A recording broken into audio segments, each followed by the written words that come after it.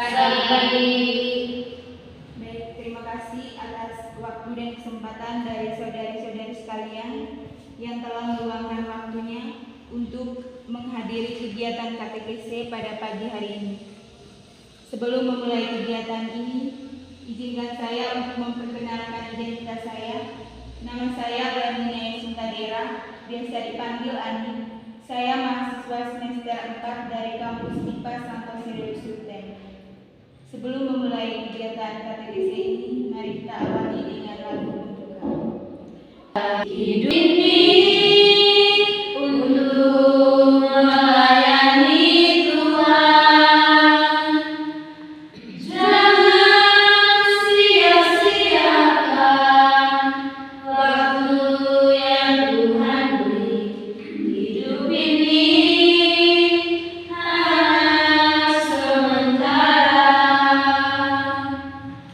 Oh Tuhan, pakailah hidupku selagi aku masih kuat.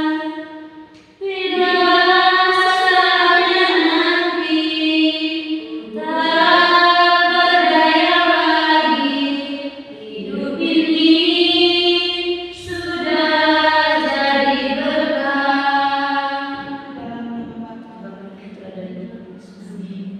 Marilah kita berdoa.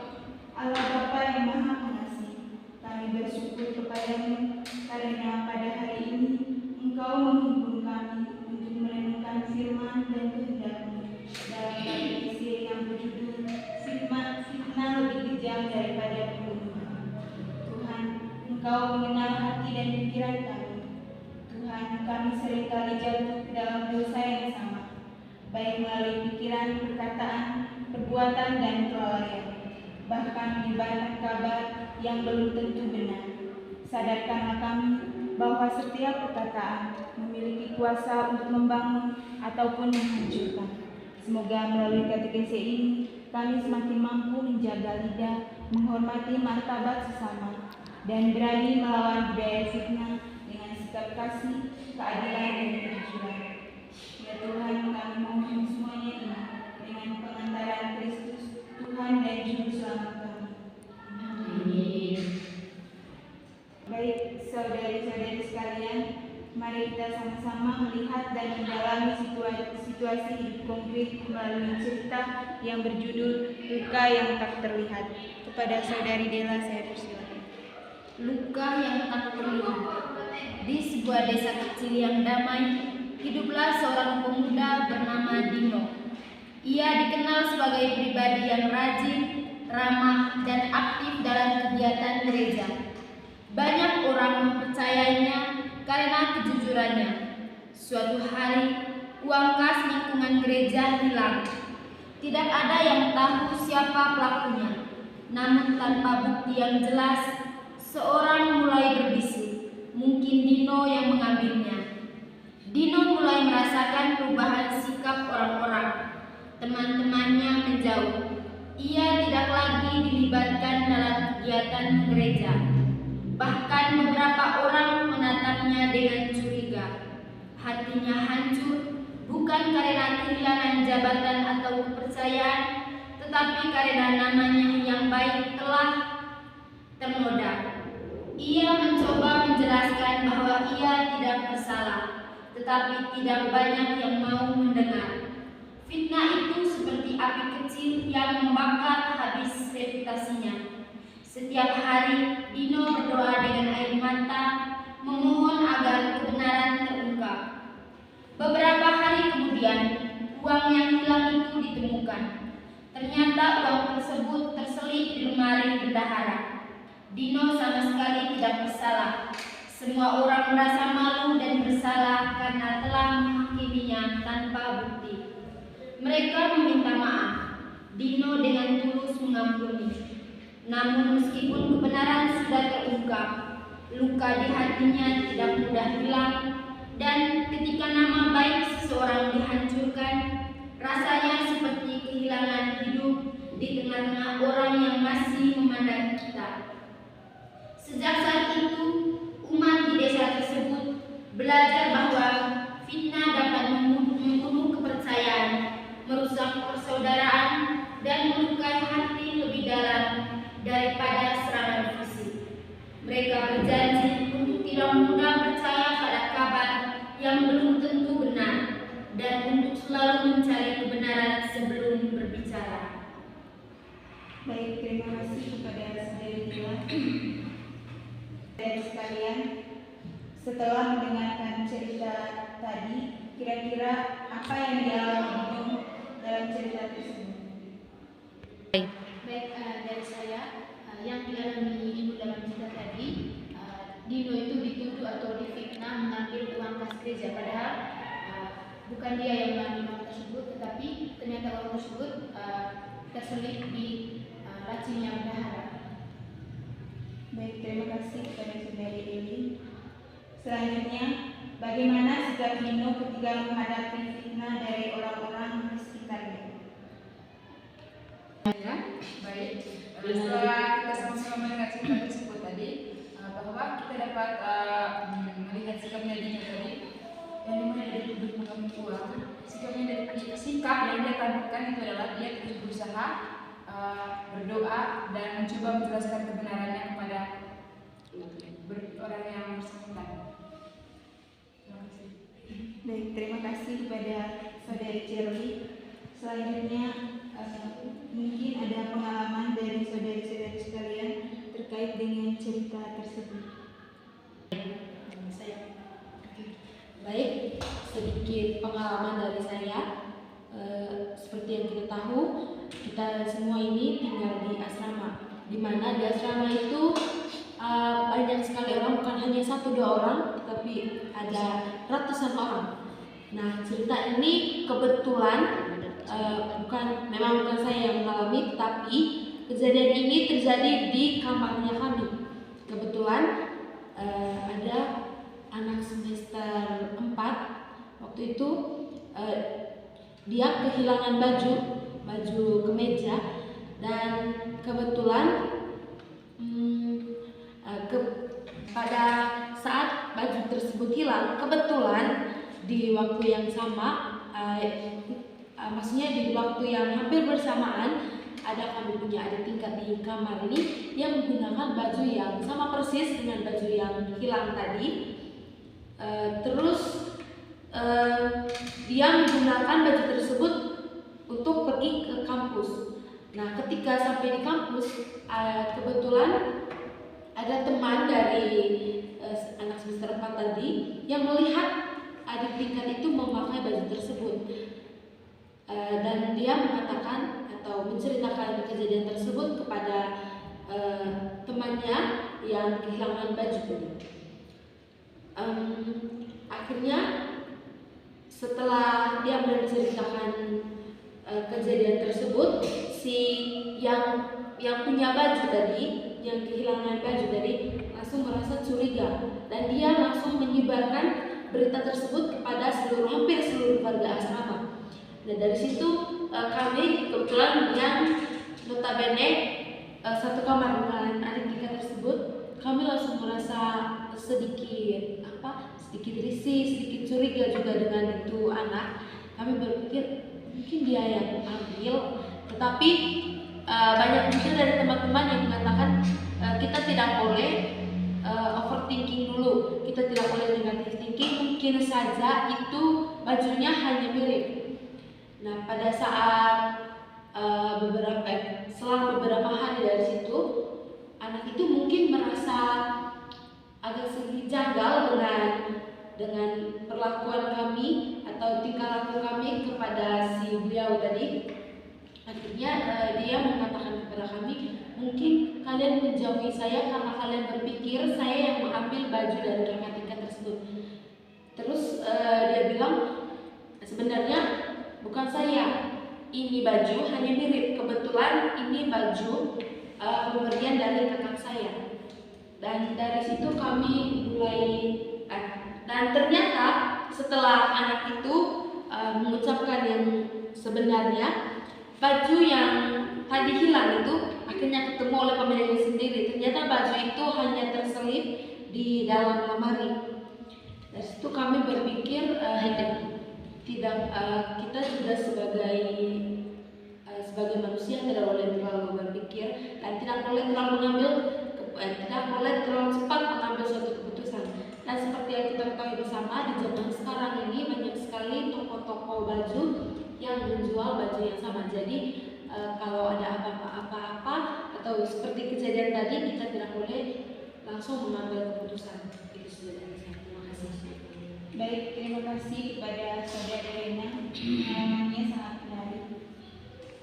Dari cerita luka yang tak terlihat ini menggambarkan betapa besar dampak fitnah dalam kehidupan bersama, khususnya dalam komunitas gereja. Dari cerita ini juga menegaskan kepada kita untuk membangun budaya kebenaran, kasih, dan pengampunan dalam komunitas dan bertanggung jawab. Fitnah dapat menghancurkan persaudaraan, tetapi tetap rendah hati, pertobatan dan pengampunan dapat memulihkannya kembali. Baik, selanjutnya mari kita menimba inspirasi dari kitab suci. Kepada Saudari Hilka saya persilakan. Bacaan dari surat Paulus kepada Yakobus.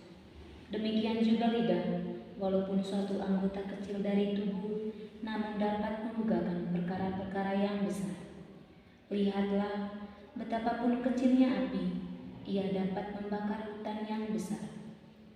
Lidah pun adalah api, ia merupakan suatu dunia kejahatan dan mengambil tempat di antara anggota-anggota tubuh kita sebagai sesuatu yang dapat menodai seluruh tubuh dan menyalakan roda kehidupan kita. Sedang ini sendiri dinyatakan oleh api neraka. Semua jenis binatang liar, burung-burung, serta binatang-binatang menjala dan binatang-binatang laut dapat dijinakan dan telah dijinakan oleh sifat manusia. Tetapi tidak seorang pun yang berkuasa menjinakan lidah. Ia adalah sesuatu yang buas, yang tak terkuasai dan penuh racun yang mematikan. Dengan lidah kita memuji Tuhan, Bapa kita. Dan dengan lidah kita mengutuk manusia, yang diciptakan menurut rupa Allah. Dari mulut yang satu keluar berkat dan kutuk. Hal ini, saudara-saudaraku, tidak boleh demikian terjadi. Demikianlah sabda Tuhan. Syukur kepada Allah. Baik, setelah mendengarkan bacaan teks kitab suci tadi, menurut saudara-saudari sekalian, ayat mana yang menarik? Dari saya, yang menurut saya paling menarik dari perikop kitab suci ini, yaitu di ayat 5, demikian juga lidah, walaupun suatu anggota kecil dari tubuh, namun dapat memegang perkara-perkara yang besar. Baik, terima kasih kepada Saudari Hilka. Selanjutnya, apa pesan utama yang disampaikan dalam teks kitab suci tadi? Dari saya, pesan utama dari perikop kitab suci ini yaitu kita harus pandai-pandai berkata-kata dan juga kita harus menjaga hati sesama kita, karena apapun yang kita keluarkan dari mulut kita bisa saja menyakiti perasaan orang lain. Dari situ Tuhan memberikan kita anugerah untuk berbicara itu supaya kita melakukan kasih, menyebarkan kasih kepada sesama, bukan untuk menjatuhkan satu sama lain atau memfitnah orang. Itu dari saya. Baik, terima kasih kepada Saudari Hilka. Teks kitab suci ini mengajarkan kepada kita tentang pentingnya menyadari dampak dari hal-hal kecil yang ada dalam diri kita, karena hal sekecil apapun itu dapat menjadi besar. Lidah yang ada dalam diri kita adalah bagian dari tubuh yang dianggap kecil, namun memiliki kekuatan yang luar biasa dan dapat menjadi wadah kejahatan, bisa menodai seluruh tubuh dan dapat menyala seperti api. Yang paling penting, lidah memiliki dua sisi yang bertentangan. Dengan ia kita memuji Tuhan dan manusia yang diciptakan sesuai rupanya. Namun dari mulut yang sama juga bisa keluar perkataan yang buruk. Baik saudari-saudari sekalian, supaya kategori kita kita pada pagi ini membuahkan hasil. Kira-kira apa aksi konkret dari saudara-saudari sekalian yang bisa ditawarkan untuk ke depannya?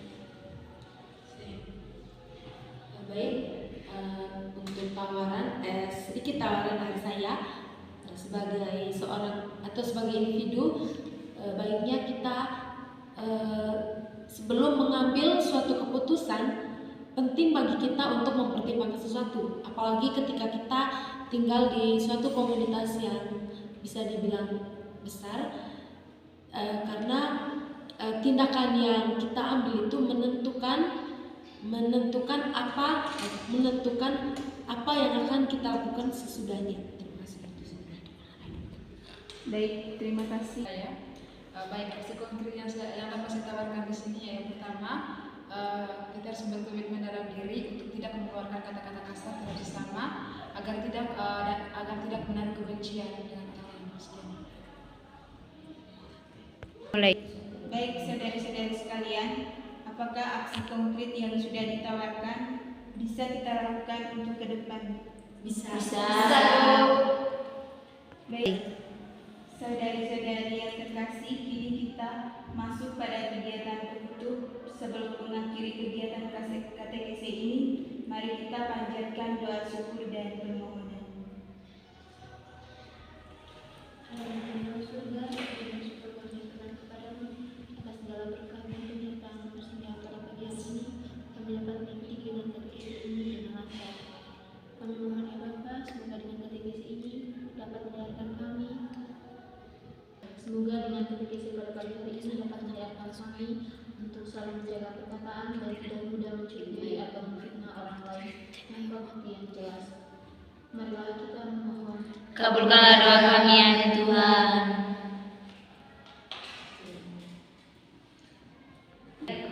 Mari kita satukan doa dan permohonan kita lewat doa yang diajarkan oleh Kristus sendiri kepada kita. Bapa kami Yang ada di surga, dimuliakan namamu, datanglah kerajaanmu, jadilah kehendakmu di atas bumi seperti di dalam surga. Berilah kami rezeki hari ini, dan ampunilah kesalahan kami, seperti kami pun mengampuni yang bersalah kepada kami, dan janganlah masukkan kami ke dalam pencobaan, tetapi bebaskanlah kami dari yang jahat. Tuhan yang Maha Baik, kami berterima kasih atas segala firman-Mu yang telah kami dengar hari ini. Engkau mengajarkan kami bahwa fitnah lebih kejam daripada pembunuhan, karena fitnah dapat merusak hati, nama baik dan persaudaraan antar umat-Mu. Bimbinglah kami agar selalu menjaga lidah dan hati dari keinginan untuk menyebarkan fitnah. Berilah kami kekuatan untuk menjadi orang yang jujur, suka menolong, dan selalu mencari kebenaran.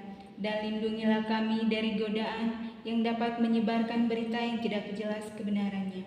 Semoga Engkau jadikan kami sebagai ujung tombak damai dan cinta kasih di tengah masyarakat.